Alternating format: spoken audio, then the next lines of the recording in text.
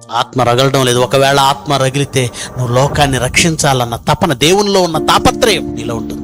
ఆత్మ ఉన్నవాళ్ళు ఎలా ఉన్నారో చూడండి. అపోస్తుల కార్యాలు 17వ అధ్యాయం 16వ వచనం. పౌలు ఏథెన్సులో వారి కొరకు శీల తిమోతి ఉన్నారు, అక్కడ వదిలేసి వచ్చాడు.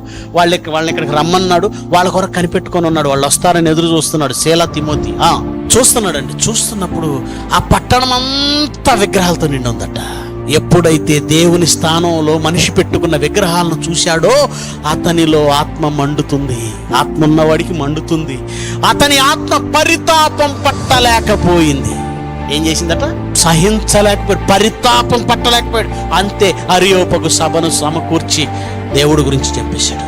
ఆత్మ చేత రేపబడేవాడు, ఆత్మ రగులుతున్నవాడు దేవుడిని చెప్పాలి, దేవుడి గురించి చెప్పాలి, పరలోకం ఉందని చెప్పాలి, మనుషుల బ్రతుకులు మార్చాలి, ఈ తపనతో రేగుతూ ఉంటాడు. అవన్నీ మాకెందుకండి?